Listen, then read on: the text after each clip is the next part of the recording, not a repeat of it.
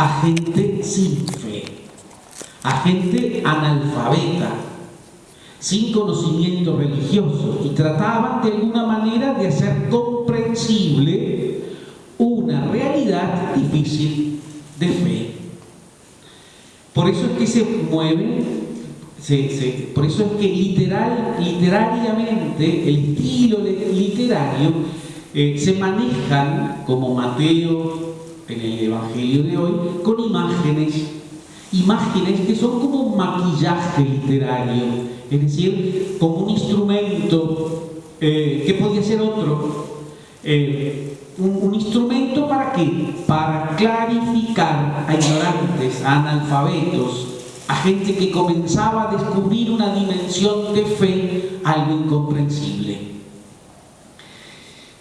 En el Evangelio del domingo pasado, Mateo presenta a Jesús en el desierto, tabula rasa, es decir, no hay nada, y nos presenta a un Dios humano, Jesús, un hombre, una persona humana como usted y yo, sexuado, un hombre verdaderamente Dios, pero verdaderamente hombre.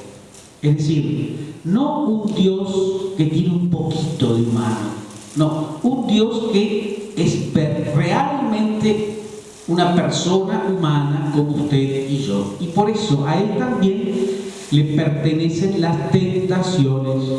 Las tentaciones, ¿por qué? Porque las tentaciones corresponden a la vida humana. No se vive sin tentaciones. En el Padre Nuestro rezamos: no nos dejes caer en la tentación. ¿Cuál es la gran tentación?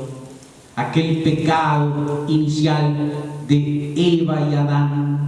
La tentación de, al haber crecido, madurado, querer ser autónomos de Dios, querer ser independientes, impermeables al amor de Dios. Es como un niño que crece, que madura y que precozmente quiere ser autónomo, desprenderse, despreciar la cercanía de papá y o mamá y ser autónomo. Ese fue el mal, el primer pecado de Adán y de Eva, el querer ser lejanos de Dios, autónomos. El árbol del conocimiento significa que cuando quisieron obtener la madurez, el conocimiento, ser independientes y autónomos, quisieron separarse del amor de Dios. Por eso es que la Sagrada Escritura decía el domingo pasado que enseguida experimentaron que estaban desnudos. Es como el niño que crece y que siente pudor de verse desarrollado, es decir, de mostrarse tal cual es. Se siente ya no un niño, entonces quiere guardar su intimidad. Por eso se sintieron desnudos, es decir, crecidos, pero autónomos, y esa fue la gran tentación. La gran tentación es querer vivir lejos de Dios. El Evangelio del domingo pasado, a Mateo le interesa presentar un Jesús que es Dios y que es hombre, en todas las dimensiones de la persona humana, igualito que usted y yo, al que le pertenecen también las tentaciones, y aún la tentación de querer separarse, de poder separarse del amor de Dios. Parece cruel el Evangelio, pero el Jesús no es un fantoche, Jesús no es una pantomima de Dios, no es una máscara humana, sino que verdaderamente es hombre como cada uno de nosotros. Créanme que esto costó a los discípulos mucho tiempo ir asumiendo, asimilando. ¿Quién es este?, se preguntaban. ¿Quién es este? A medida que veían cosas maravillosas, decían, pero este es ajeno. No, les costó asumir que era verdaderamente Dios. Para nosotros a veces nos puede costar también, que Jesús, como cualquier persona, puede haber caído en la tentación de apartarse de Dios, siendo el mismo. Pero eso pertenece a la persona humana. Hoy el Evangelio da un paso más. Les adelanto ya el domingo que viene, vamos a ver un Dios que es cercano, dialogante, se acerca, es interesado, se va a acercar a la pecadora en el pozo de Jacob, es decir, a la más marginada, a la que estaba dejada de lado, reservada, nadie podía acercarse, pero Dios es interesado en la persona más aislada, en la que parecía que en el reparto estaba la menos privilegiada. A esa se acerca Jesús, la toca y la mira y está con ella. Bueno, Jesús humano, Jesús dialogante. Hoy en el medio, una experiencia diferente. Si estaba en el desierto, en la tabla rasa, hoy Mateo lo presenta en la cumbre de una montaña, lo opuesto. Cumbre de una montaña es un símbolo en toda la Sagrada Escritura como lugar por excelencia de revelación. En el Sinaí, en el Joreb, Moisés había obtenido la ley, las tablas de la ley. Los profetas hablan también del monte Joreb, lugares por excelencia de revelación. Mateo presenta en el primer sermón de Jesús, el sermón del monte, a Jesús sentado como un maestro, un nuevo Moisés en la montaña, enseñando. Y el Gólgota también fue un monte, es decir, el lugar de revelación, el que a ojos vista está de todos, el lugar por excelencia donde se puede ver todo y todos lo ven. La muerte de Jesús fue pública, el Gólgota tenía que ser también una cumbre. ¿Por qué? Porque ahí, a ojos vista de todos, sin ocultamiento, sin biombo, sin nada que pueda impedirlo, se produce a ojos vista el gran misterio de nuestra fe. Murió, sí, murió, pero murió para poder resucitar. Y hoy lo presenta en la cima del monte. Y dice el Evangelio que estaban los tres más cercanos y que se apareció Moisés y Elías. Bueno, ¿por qué? Porque en ese afán, en ese interés que tenían los discípulos de saber quién es este, discutían si era verdadero hombre también. Pero también les costaba creer que era verdadero Dios. El Evangelio de hoy nos presenta que un día, por una experiencia, fue en el monte, no importa. Fue con solo los tres más cercanos, no importa. Eso es una imagen que quiere decir lo más importante. En un momento, algunos de los discípulos tuvieron una experiencia. Ojo, este es verdadero Dios. Es más que Moisés, la ley. Es más que Elías, la profecía, todos los profetas. Las dos columnas, los dos puntales de la Sagrada Escritura del Antiguo Testamento son la ley y la profecía. Y un tercer elemento, la voz de Dios. Los tres están ahí representados en la cumbre. O Elías, Moisés, y de la nube sale una voz que dice: este es mi predilecto. Queridos hermanos, así como el domingo pasado, al inicio de la Cuaresma, celebramos que creemos y seguimos a un Dios hombre, hoy celebramos a un Dios que, siendo hombre, es también Dios. En esa imagen reluciente, en esa imagen privilegiada, en esa imagen de cumbre delante de sus discípulos, Jesús se manifiesta como Dios, y Dios, la voz de Dios lo señala: este es mi Hijo. Pero ahí no queda el Evangelio. Estaba Pedro. Si un día se toman el tiempo de leer cada uno de los evangelios, de los 4 evangelios, fíjense que cada vez que interviene Pedro, Jesús acaba rezongándolo. todavía no era infalible. Es decir, cada intervención es un error. Pedro se le ocurre, bueno, estamos tan bien que vamos a edificar. Si tú quieres, yo edifico 3 chozas, una para ti, otra para Elías, otra para Moisés. Tal era el disparate que estaba diciendo, que no había acabado de hablar cuando ya Jesús se encontraba solo, es decir, se rompió la escena, y todavía Jesús les dice, no anuncien esto hasta después de la resurrección. No entendieron nada.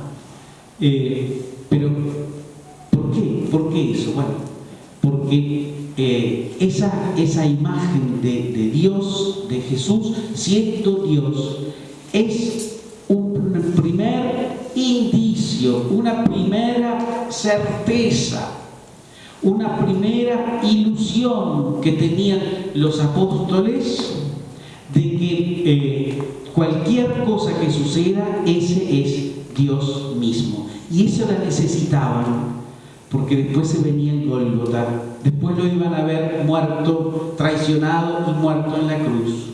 Y necesitaban después empezar a recordar, bueno, pero lo hemos visto, este que seguíamos era verdadero hombre, pero también era verdadero Dios. Era como un sostén, un bastón que necesitaban los discípulos para ir asumiendo, digiriendo, rumiando de alguna manera toda esa búsqueda de identidad, un conflicto de identidad que tenían con Jesús. Habían dejado todo por Él y no entendían bien quién era. Y cada vez que sucedían cosas, y nada menos que en el Gólgota, la muerte, ahí se desequilibraba todo.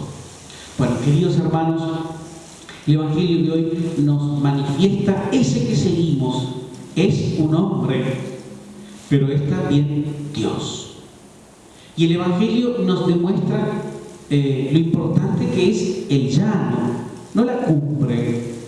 Pedro se equivocó. ¿Por qué? Porque seguir a Jesús implica pisar el suelo de la tierra, de la vida y de la historia con pie firme. No es aislarse, no es desprenderse de la realidad. Personalmente yo muchas veces pongo un gran signo de interrogación. Ojo, no digo que esté mal, pero pongo un gran signo de interrogación de esas personas que de un momento a otro son piadosas. Es decir, que demuestran, manifiestan, evidencian que tienen un vínculo personal con el Señor. Y todo es un vínculo personal yo con el Señor. Cuidado, es decir, no existe seguimiento a Jesús sin mirar no solo para arriba, sino también para el costado. Aún entre aquellas personas religiosas de clausura, es decir, de la vida contemplativa, donde la prioridad está en una mística personal de vínculo con el Señor, no hay una clausura de ermitaño, de uno solo. También es importante, aún en ellos, la convivencia con los demás, la comunidad con los demás. Bueno, seguir a Jesús no es para aislarse, no es crear un vínculo personal con el Señor, vertical, yo con Él, sino que seguir a Jesús implica un compromiso siempre con los demás, con los compañeros de camino, con los que comparten la vida y la historia. Pedro, en su mediocridad, se había olvidado de que estaban todavía los otros debajo. Pedro se había olvidado de que todavía había un compromiso para vivir, para anunciar, para evangelizar, diríamos hoy, todavía mucho para hacer allí, en ese lugar, en ese momento histórico. Pedro prefería quedarse arriba, ignorando todo lo que había todavía por delante. Tal fue el disparate que no acabó de expresar su deseo, que ya estaban otra vez en el llano. Queridos hermanos, Cuaresma es una invitación para que sepamos lo relevante que es nuestra historia, nuestra vida personal, esa que entretejemos esa que realizamos, que gestamos, que entramamos cada uno de nosotros, no solos, sino con la gente que nos rodea, con los compañeros de camino, con aquellos que pertenecen al círculo más íntimo de la familia, o capaz que a los más cercanos de la cuadra, del barrio, a los que de alguna manera realizan algo en común, sea en el lugar de trabajo o vaya a saber en cualquier otro tipo de organización, o también en los que estamos comprometidos en ámbitos más grandes, que más abarcativos, en lo que puede ser la política ciudadana, la política barrial, en todos aquellos vínculos, y más hoy en el tema de la comunicación, donde todos estamos, no sé si comunicados, pero por lo menos conectados, donde la intimidad se expresa mucho más de forma manifiesta y riesgosa, donde podemos también incidir, con todos ellos con los que nos estamos conectados y con los que compartimos algo de nuestra vida. Es decir, con ellos es que se juega nuestra fe. Domingo a las 11, aquí es un lugar de cumbre. Celebramos la cercanía de Jesús resucitado, como los tres. Pero nadie debe permanecer aquí. A las 12 se cierra la capilla, ¿no? Bueno, se cierra la capilla a las 12 porque no es para quedarse, no es para que estemos aquí adentro. Sería muy cómodo celebrar nuestra fe aquí. Es para volver de donde vinimos. Ahí es donde se juega nuestra fe. Bueno, Cuaresma, seguimos a un Dios bien humano, por eso comprensible, está al alcance de lo que podemos comprender, pero también un Dios que es Dios, que sabe guardarse el lugar de Dios, que no lo ha perdido por ser tan humano como nosotros.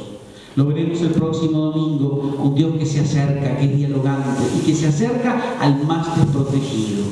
Bueno, Cuaresma nos prepara porque vamos a seguirlo en camino hasta que celebremos la Pascua. Eso de la comunicación, permítanme, ayer estuvo reunido el Consejo Parroquial, horas de reunión, lo hicimos de mañana porque teníamos que definir algunas cosas. El tema de este año va a ser justamente mejoremos nuestra comunicación para poder servir mejor, para poder estar más atentos. Hoy todo el mundo está conectado. Estar conectado no quiere decir que esté comunicado. Es decir, vamos a tomar ese tema de la comunicación. Es decir, cómo podemos mejorar en calidad nuestra comunicación para poder ser fermento, para poder de alguna manera ser levadura en ese entorno, en ese lugar histórico, en este momento que nos toca vivir junto a todos nuestros vecinos. Quiera el Señor que cada domingo que nos encontramos en comunidad, su palabra no nos aísle en una relación unilateral con Él, sino que nos comprometa desde ese cariño y esa cercanía de Él a cada persona, nos comprometa también a nosotros a ser auténticos testigos de lo que celebramos frente a nuestros hermanos. Así sea.